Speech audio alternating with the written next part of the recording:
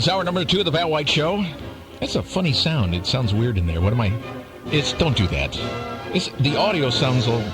Is that on the outside thing or is that on the inside? There you go. Now I feel better. Now I can actually hear me. It's call us 7 minutes after 5. This is an interview that I've told a number of people if I could ever do an interview like this is the one interview I would want to do because it meant so much to my dad, probably my grandparents. It meant a lot to millions of people in the United States. And when you get a chance to have an interview with a guy like this, realizing that so many of the men and women who served our country during World War II are not with us anymore, and yet someone who has the place in history that this gentleman does and the members of his crew. When I heard he was going to be here in Fort Wayne, he's actually up at Auburn, going to be up the ACD parade, and then he's going to be up there signing books and for the couple of days up there, and so you can see him and get an autograph and shake his hand, because I tell you what, that's a man whose hand I shook, and I was taken aback by it. But my guest in the studio, along with his crew, General Paul Tibbets, who was the commander of the Enola Gay, Tom Ferebee, who was the Bombardier, and Dutch Van Kirk, who was the Navigator on that fateful airplane. Gentlemen, welcome into the Pat White Show on WOWO. Thank you very much, Pat. Glad to be here. Well, guys, I tell you what, looking across from you guys, if you look back on it, on everything that happened in you guys' lives, and you look at today, the one question that someone asked me once, and I'm going to ask you guys first, if you had it to do all over again, would you do it again? Who do you want to answer, me? Well, you take it, General. It's fine. I'm considered to be outspoken. I wouldn't give it a second thought. Hell yes, I'd do it. You do it all over again? Just definitely, under the same circumstances. There are people, General, in this world who say that that we let the atomic genie out of the bottle and we created all the problems that we have today with the nuclear warfare. Isn't it true, General, that that if you hadn't have done what you did, that there was a plan poised that would require the invasion of the country of Japan by American troops, which would have cost probably hundreds of thousands of Americans and probably millions of Japanese? Well, you can get all kinds of numbers on that, Pat, but definitely they would have fought to the last man, woman, and child, because the man that led the attack on Pearl Harbor, Matsuo Fushida, he was a guest in my house in Tampa, Florida. He told me that. Really? That's right. He said they'd have fought right to the last guy. Using the last man, woman, and child, using sticks and stones if necessary. I could understand him quite well because he's a Harvard graduate. He was a Harvard boy? Yeah. You're kidding. I think that, General, many times that you watch, like, there's a lot of great television shows now, especially with the advent of cable and the History Channel and all those kind of channels now that show all these various shows. And usually around every year when it comes up and we talk about what happens, they always run the TV show involving the story of the Enola Gay. And I have heard you tell this story before, and you obviously have your Bombardier and your Navigator here. Could you walk us through that fateful day when you were on that island and loading up that airplane? What was the day like, and what did you guys do? Well, from my point, and I'd like to have you ask Dutch and Tom the same question. Oh, I will. From my point, there have been so many things leading up to that particular point that I didn't have any one particular thing. It was too complex. I was watching the total, and I was all around. I was at the pit when they were loading the airplane. Of course, Tom was there. He had to be. Dutch was doing all kinds of things regarding navigation. But I don't think that we thought anything different than, in fact, we're going out on an important mission. The atomic mission didn't mean anything. We're going to go drop a bomb someplace, and I think that's the spirit that was behind it. I'd ask you to talk to Dutch. Dutch, when you guys were getting ready, obviously trying to plan out a navigational mission, you didn't have the weather equipment, the satellites, and all the things like we have today. I mean, you just kind of, the weather guy comes in and briefs you, and you say, okay, here's what the weather's going to be like. What did you guys have for a plan where you were heading to? What were you going to do? Well, we had the usual navigation equipment, the compass, the sextant. And, you guys were shooting cell back in those days, right? Oh yes, absolutely. we didn't have let's push a button and tell you where you are type of thing. Yeah. But everybody thinks that something dramatic had to be very dramatic in that day. There was nothing dramatic about it. We all had work to do, and so we went about it and did our work, and we were all very busy. And I know when we get back, I hadn't been to bed for about a day and a half, so we went to bed. But there was nothing dramatic about it whatsoever. Tom, as the Bombardier on the plane, that thing tucked in the belly of that thing was your baby. What's a guy like you have to do on a day like that? Well, I followed in the convoy, actually, in a Jeep, behind the weapons. They towed it to the aircraft, and we backed the aircraft over it and then raised it up from the pit into the aircraft, and they checked everything out. Then I closed the doors. So from then on, I mean, there was nothing for me to do. It was just sit around and wait for the takeoff. And did they have to modify the bomb bay or anything to plug that sucker in? That was a pretty good-sized bomb, wasn't it? The 15 aircraft were actually modified just for that weapon, yes. So they were all different from the other aircraft. When you stood in there and looked at that thing, when they loaded it up and they finally get it closed up and you walk back into the bomb bay, when you saw that thing sitting there, what'd you think? Well, I'd seen quite a few of them dropping the test units and things, but I'd never seen one with all the antennas and everything on it that added to it after we got in the aircraft that evening. But one thing I can't remember what color it was. We've been asked, Paul and I both. Neither one of us can remember exactly what color it was. You remember now, General, what it was? Well, no, wait a minute. I want to add a comment here about navigation when he finishes. Yeah. Well, that's all. I mean, Paul, we've been asked recently about what color it was, and we have a little different color. We think it was between a blue and a black. About the best I can remember. At that point, it really didn't matter a whole lot because it had a job. Right. Y'all didn't go up and then write anything on it, you know. Here's one for you, you know, one of them kind of things. Say, General, you had a funny look on your face, like you didn't do anything like that, would you? No, I would not. Who's going to read it to me? But anyway, no, what I wanted to bring up, you asked Dutch about navigating and so forth. I'd like to bring up something that people to take into account. Today you got all kinds of computers. You got satellites flying around up there. You can pinpoint anything you want. We didn't have anything like that. Yep. We took off in the darkness of 2 o'clock in the morning approximately. We're headed out to arrive over a target area at a given time of 0915 hours. Yeah. Kenyan time. Dutch started out using his sextant and going by the stars. When the sun came up, he started shooting sun lines.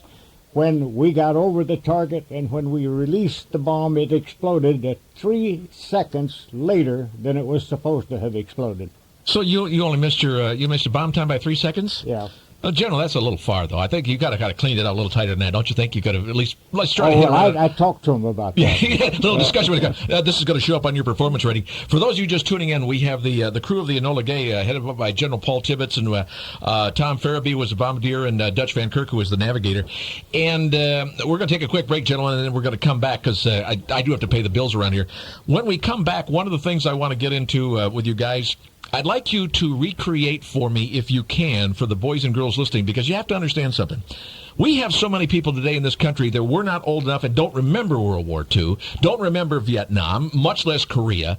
And what you guys did on that fateful day is a trip from the moment you went airborne. And I'll tell you what, anybody realize the most difficult time in flying an airplane is to take off anyway, because, you know, you got all them engines up there pounding. And I want to talk a little about the aircraft and a little bit about the moment you left the ground and the flight heading there.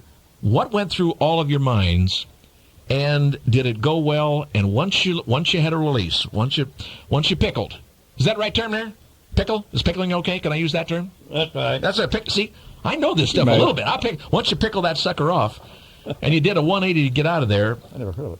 Never heard pickling? Yeah, we use that one all the time. I think you're referring to a situation that used to be back in the very early 30s about that. They talked about dropping the bomb with the accuracy to put it in a pickle barrel. Yeah.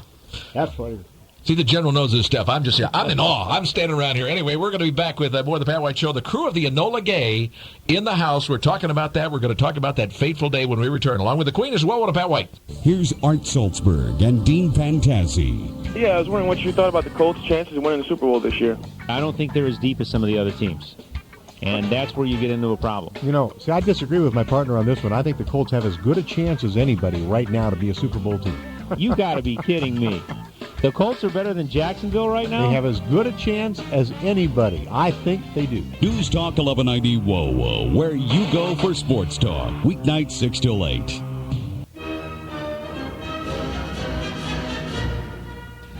Hour number 2 of the Pat White Show.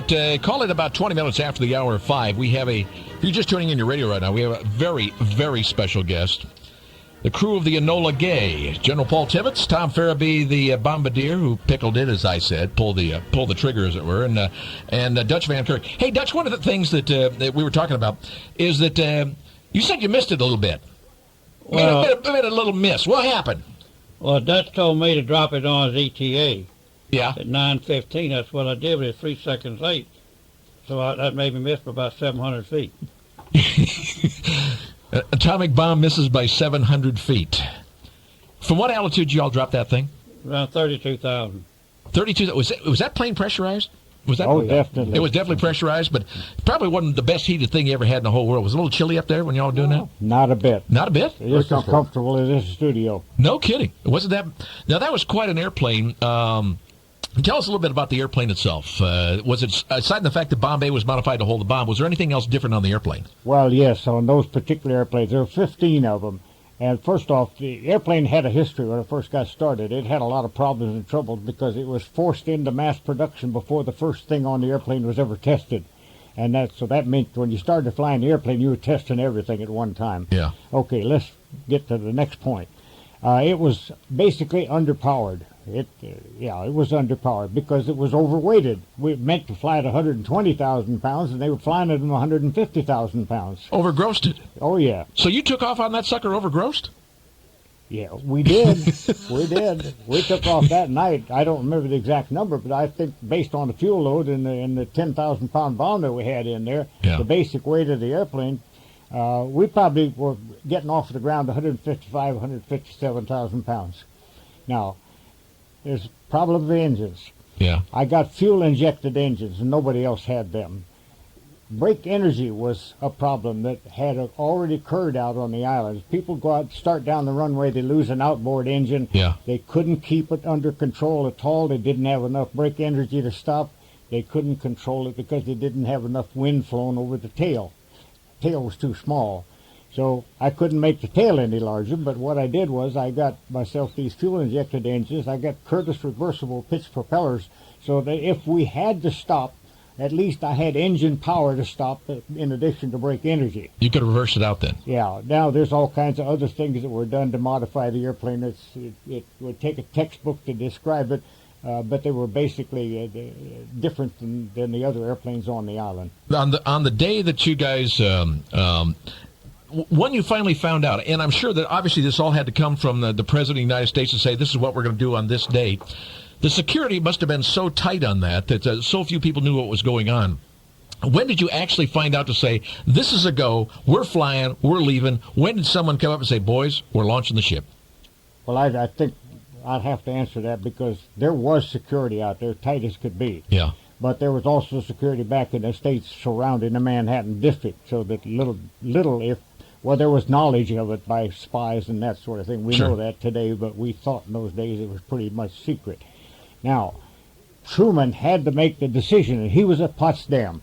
Yeah. We had a point in time that we had to be ready to go. We were ready to go, but we could not go till Mr. Truman says go. He gave the word. We had a special teletype machine from Washington, a wire from Washington to Tinian Island, and had our own machine with a guard on it 24 hours a day if it started. Okay, when we got that word, we started things going at that particular time. And I think from the time that we got the word, we were probably in the air within about 15 to 18 hours, and that meant going through the whole thing. Of course, we wanted to fly at night for one of the things, and to arrive over there at the daylight time. Dutch, you got anything you can add to that? Yeah, when you guys, Dutch, when you guys obviously took off, taking off at night and taking off pretty heavy, and heading that direction, did you have any knowledge of anything involving the weather? What did it look like? It looked like a pretty good day. Say, it's going to be a nice day, VFR, we can do this. Oh, it was a perfect day. We got low clouds, as you normally had over the ocean at night. So and we were staying at low altitude so that Captain Parsons could go back into Bombay and arm the bomb while we were on our way to Iwo Jima. So we stayed at low altitude until we got to Iwo. But at Iwo, where the sun was about coming up, and it was absolutely a perfect. In fact, it was a perfect mission. Really. And that's the reason why it seemed so simple and so trouble-free and everything, because everything went exactly according to plan as we had trained for it. When you said you stayed at low altitude, was there any worry that the Japanese would send up a fighter or something and shoot you down? Did you ever have that in your plan? Never thought about that one bit. Saying, yeah, we did think about it, but not in the terms that you're thinking. yeah. First off, my airplane could fly higher than any Japanese fighter, any American fighter, any British fighter, and a German fighter, because I tested them against all of them. Yeah. If I could get that airplane to 33,000 feet, they couldn't catch me. They couldn't climb up to get me. They'd overheat their engines, so I was safe. I didn't worry about it. But besides that, we couldn't get close to Japan. They couldn't get close to us either, because they didn't have the range to do it. How much? What's total flying time that mission took anyway, from start takeoff to land? About a little over 12, about 12 hours and 15 minutes. About 12 hours. Yeah. And you had enough gas to, you did a 12 hour. You had enough gas to cover 12 hours in that sucker, huh? Oh yeah. You had plenty of gas to do 12-hour mission. I had 5 hours of fuel when I got home. You had 5 hours reserve? Yeah, we're tweaking that thing out pretty good then. Now you said you had another gentleman on board whose job it was who was to arm the bomb. No. Now, wait a minute. Now who went back and got it finally armed? How did that procedure work? Okay, we had 2 men on board called weaponeers. All right. They were bomb nurses. They understood the mechanism. They understood the wiring. They understood everything about it. We took off without the bomb being armed. After we got off of the ground and were at a reasonable altitude and calm air, flying out over the water before we got to Iwo Jima, they armed the weapon at that particular time, put in the plugs so that it would be ready to go at the proper time. Once that thing was hot, the guy comes up and either contacts you, General, or talks to anybody in the crew and says, the bomb is hot. Does anything go through your mind at that point, or is it just, well, another bomb? No, it's ready to go. Not a big deal. And I hope they know what they're doing. Is that what you guys thought? At least that's what I thought. You were a little concerned. But now, General, you'd seen the stuff going on at Los Al and all the other stuff like that, so you pretty well. I had seen more than these 2 men, yes. So you knew a little bit more about what was going to happen than they did. I think I could say that. In general, yes, I knew more about it, and I was not concerned about that a bit. I was convinced that we had as safe a deal as if we had other type bombs in there. The night before you guys took off, when you got the notification, 15 hours or whatever it was before you were going to go, did any of you sleep? Were you able to sleep? No. No? General? Every what? Were you able to sleep before you went when you got the notification going? I couldn't sleep. There's too many things on my mind. Well, how about the Bombardier? That's the tough one right there. I wasn't bothered at all. I could sleep anytime. matter of fact, he's been dozing off while we've been in here, so apparently it hasn't made a hell of a lot of difference at this point. Well, actually, he didn't sleep that night, though, because after the briefing, we all went back to the room, and then they were going to wake us for a final briefing. We were all in the same poker game, or blackjack game, I should say. You all sitting there playing cards? Yeah. Just say, guys, we got a mission coming up. Just shoot little cards there. How many people were tied to the entire mission on the ground crew? How many folks did you have working on your planes? Was it a number? Was it a lot of folks, or was it a pretty small number? There was all kinds of people, support people out there. The crew had a special maintenance crew of its own, and I think there were 10 men on that crew. And, of course, my flight engineer was also a previous mechanic, and he was a wonderful guy. So I didn't worry about that. It was all taken care of in my behalf and in the rest of the crew's behalf. Where our guests, who are, by the way, going to be up in Auburn, Paul Tibbets and his crew are going to be up there at the parade on Saturday. He's riding the parade. He's going to be at the grandstand after the parade about 2 in the afternoon, and then of course Sunday he's going to be out at Cruise at the auto auction. He's got a book, and I want to talk about that book here a little bit coming up. We got Paul Harvey coming up and the rest of the story, and we come back on the second half of this. I'm going to have the crew describe for me the actual run itself. Because there's a flying game here when you get to the IP and you got to come in and you got to drop. And I want to get the feelings of how that thing went down exactly in that fateful amount of time when they reached the point where they knew we're going to drop the bomb. They get ready. They get the bomb run ready to go. And from the moment the bomb lets go until the point that you got to swing 180 degrees to get the hell out of there. And then what happened and all the things that are going on. So we're going to cover all of that. Going to talk about the General's book and a few other things like that. And we hope you are paying attention, because these are the gentlemen that helped change the world as we know it and saved a lot of people's lives. So we'll be back after Paul Harvey. Stick around for that. Paul Tibbets on board from the crew of the Enola Gay. And, by the way, I'm going to find out, how did they name the plane the Enola Gay? I know there's a story to it. We're going to get to that. Home Loan Bank's coming up, sponsoring Paul Harvey, 105 years old, 9 locations. You want a local bank, you want Home Loan Bank, stick around. The crew of the Enola Gay will be back after Paul Harvey. Macy in the morning. Previous Lee on the Macy in the Morning Show. With these SUVs, my main concern is that the people that are driving them can't drive them. Electric cars is the answer, and we need to retool now. Chuck, You tell Richard that when he needs a ride, I'll just stick him underneath that Excursion and we'll go to town. what kind of gas miles did it have on it? Hey, when you got a vehicle like that, you just run over guys like Richard. Amen. News Talk 1190. WOWO.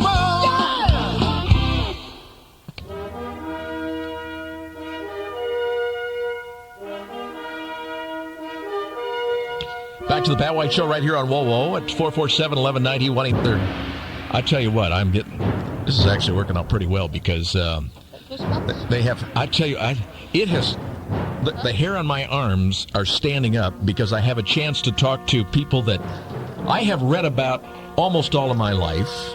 And for those of you that, many of you know that I was a Air Force pilot and retired out of the Air Guard at serving my country for 25 years. And yet you take a look as when you're going through the military and you always take a look back at all the stuff that you do, you remember people that inspired you, people that made you think about wanting to serve your country. And one of the people I've always looked up to, and every time anything comes on that I hear about, I always used to read about it and follow it because I'm kind of a historian kind of guy and those kind of things. And the one group you want to think about is the crew of the Enola Gay, led by General Paul Tibbets. And I'm standing here looking at the crew.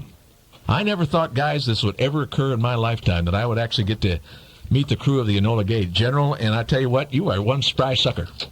Thank you, Mike. You all haven't lost it yet, have you? I don't think so. We're trying to keep in there.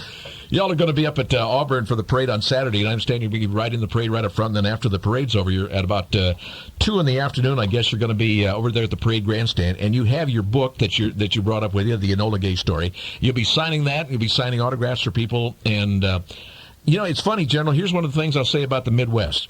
The Midwest tends to be very conservative, tends to be very religious, tends to believe in their country, and tends to, I think the kind of people you're going to meet this weekend up at Auburn, you're going to find these are really true Americans who remember and appreciate what all you guys did on that crew.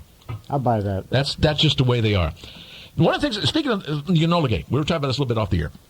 The story of how the plane got its name, I don't think a lot of people realize who that plane was named after. Who was it named after? It was named after my mother. She was Enola Gay Haggard before she got married. So you named it after Mama? Yep. Mama liked that when she found out, Mama, I named my plane after you. Well, I named it because, I thought the airplane would go down in history. Yeah. And I wanted to be sure that there'd be no duplicate of names. And I was convinced, because based on experience with my own mother, that Enola Gay was a name that very few people ever heard or cared about. And I knew that it would not be duplicated. By the way, the airplane itself, what was the history of the airplane after the mission? What happened to it?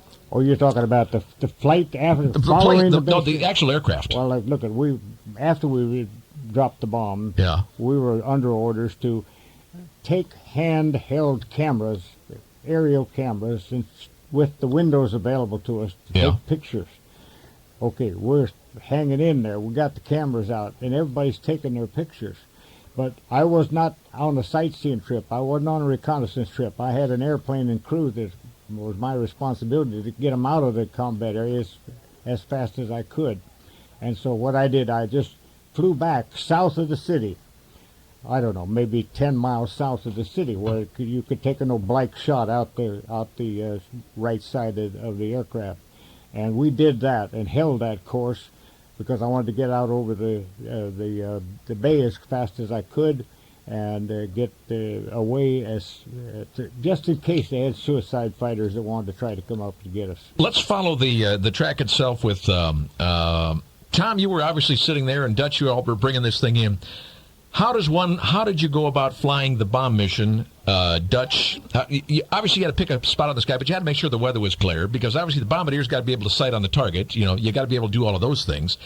So when you got close to the target, how far is your IP on a deal like that? Where do you start sighting it out and decided, okay, we're about here, we're ready to make the bomb run? How did that go down? Well, Paul and I, and Dutch and I had flown together in Europe in B-17 many times, and we knew what each other were doing. So once the target came within view, which was a lot of rivers and land together where I could see way back. So about 60 miles back, Dutch came up, and we looked at it and make sure we had the right target. I'll make sure you hit the right city, you see. And Hey, we all agree it's the right place. By the time we rolled out, he had done as we always did. He had the drift killed and everything. And we always depended on Paul to keep the airplane going. So I took over on autopilot. So they had everything killed when I took over, so all I did was just get my crosshairs on the target and just let it ride. Was that the Norton bomb site, the one that I was talking about? Right. That was such a secret thing that you guys were supposed to dump that out of the plane if you ever had to go down, because it was a super secret bomb site. So once you got the crosshairs on the track, what were you looking for? What was your actual target? What you want to see? I used a bridge right in the center of the town as my aiming point. So about 25 miles out, I could get my crosshairs actually on the target. So from then on, I had to make sure it was synchronized and that the wind, drift, everything was killed when we rolled out practice. So I didn't have anything to do, just more or less watch it until the release indices came together and it released electrically. But I also had a mechanical steel cable from the bomb to where I could reach it with my hand. So if it hung up electrically, I could pull it manually.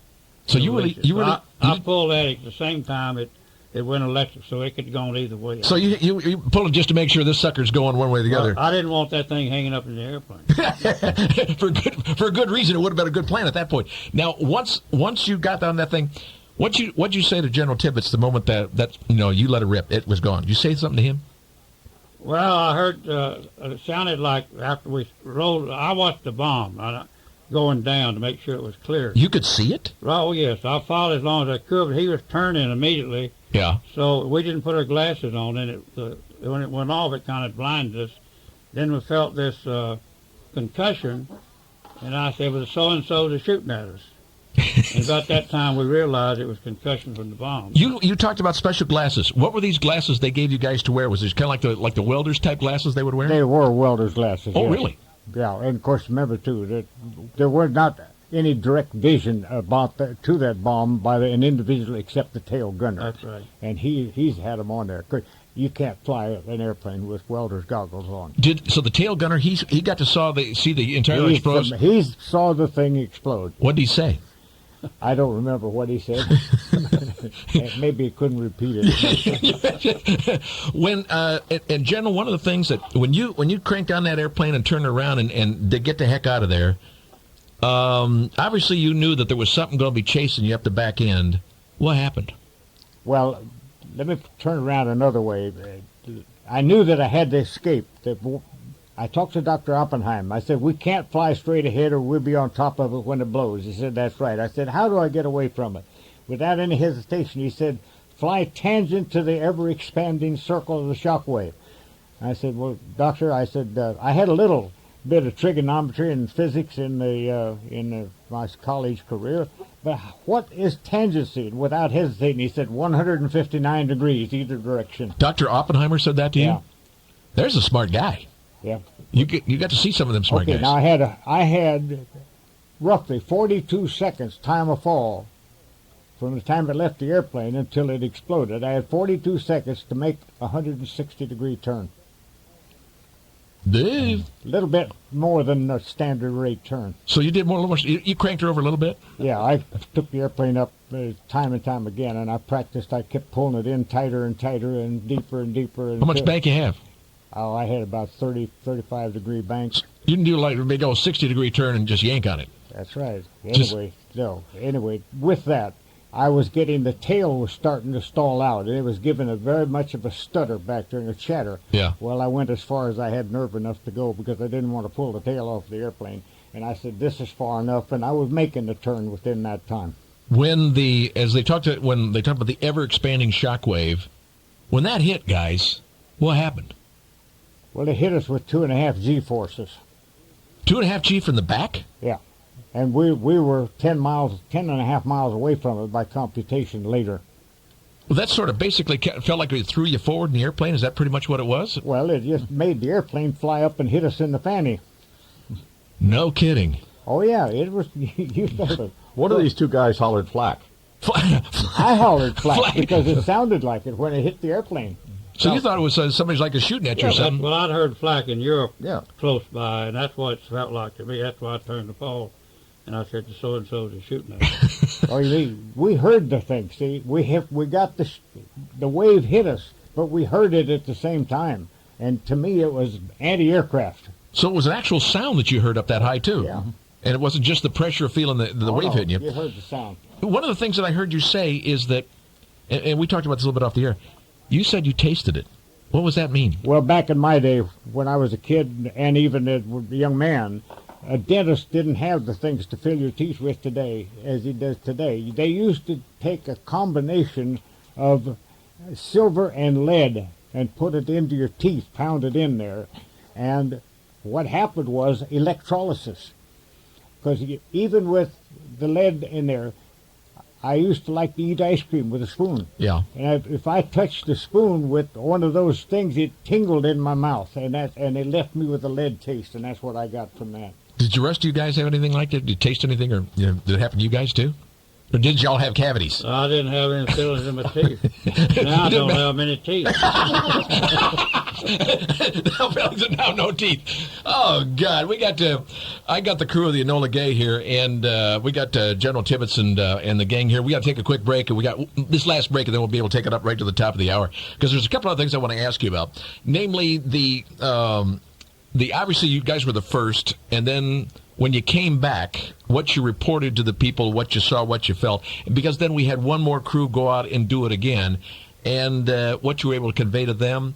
And then ultimately I want to figure, because there are people in this country who frankly resent what you guys have done. And I think it's time that a crew like you guys has the right to be able to say, this is what we did, this is why we did it. At the beginning of the show, I asked you guys the question, if you had to do it all over again, would you do it? Obviously, you said you would. But I think you have the right to comment to people that don't understand that what you were trying to accomplish and how many lives you saved. We're going to do that before the show is over. We're going to take a quick break. We'll be back with General Paul Tibbets and the crew of the Enola Gay, an exclusive interview. They're up at Auburn this weekend. They got the book. You can get a copy of it, get it signed like I did. We'll be back. There's WOWO and Pat White. Rush Limbaugh. The only indispensable, irreplaceable news source in America today. If you miss Dan Rather, you can tune to Brokaw. If you miss Brokaw, you can turn to Peter Jennings. If you miss all that, you can tune to CNN. Miss all that, you can tune to MSNBC. If you miss that, turn to PBS. Miss that, read the New York Times. Can't find that, read the Washington Post. If you miss me, nowhere else you can go and get it. Indispensable, irreplaceable. Rush Limbaugh. Listen to Rush Limbaugh. Weekdays 1 to 4 on WOWO.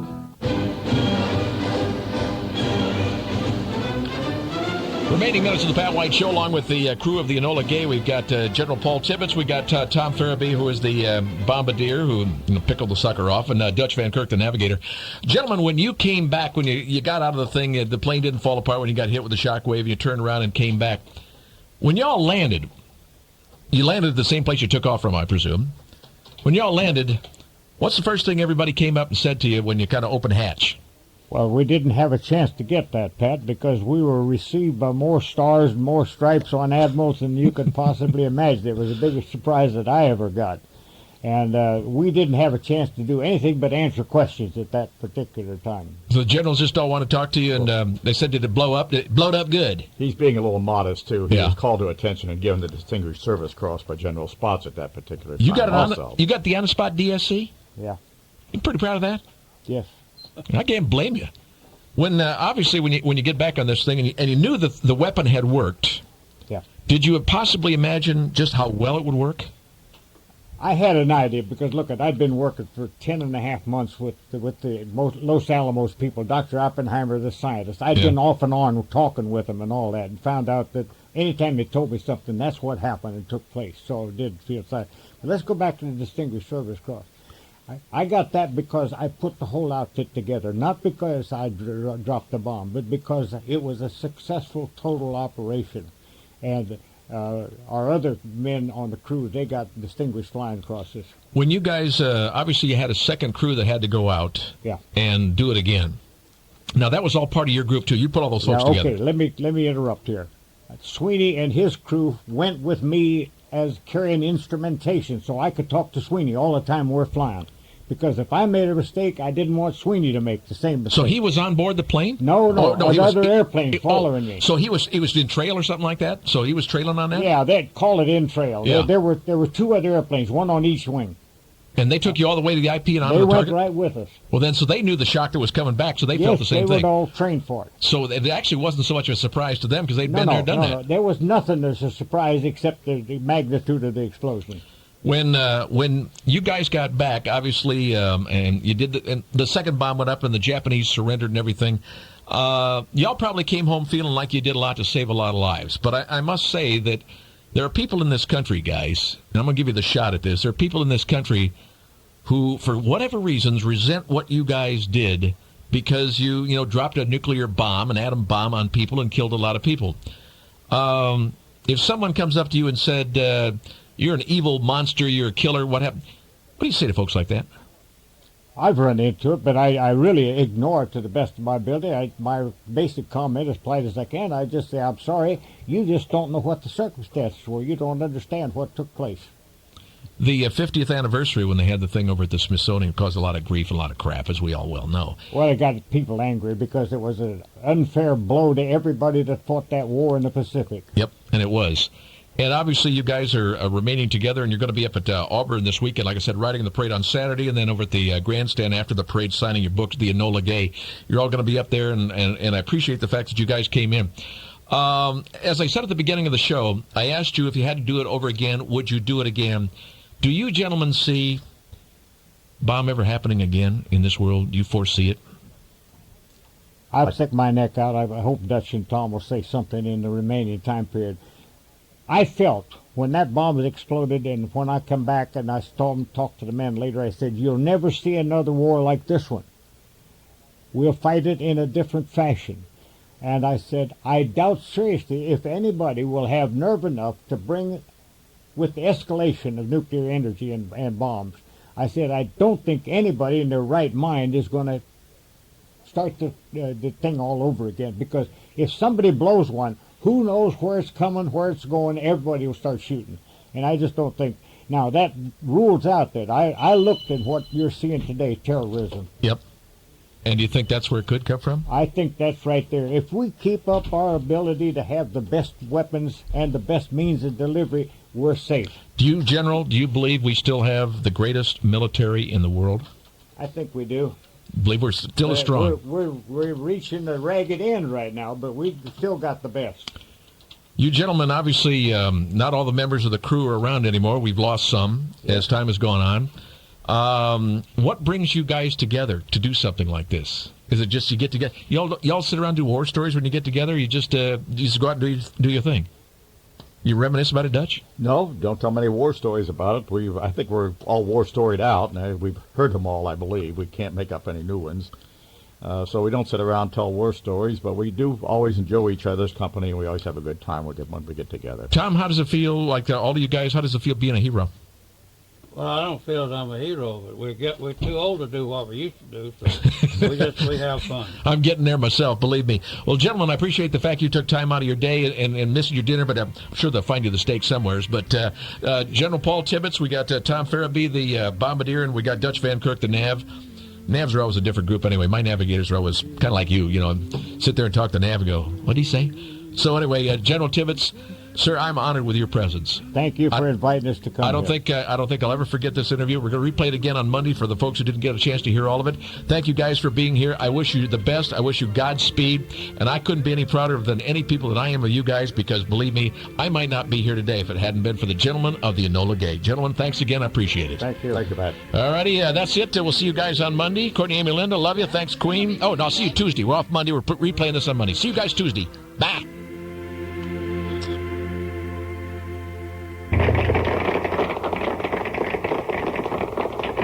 This was a great show, Krusty. You deserve an Emmy for this. Forget it. The Academy hates me. I don't know why. Bunch of old know-nothing dinosaurs wouldn't know entertainment if it bit them in the... Hey, hey!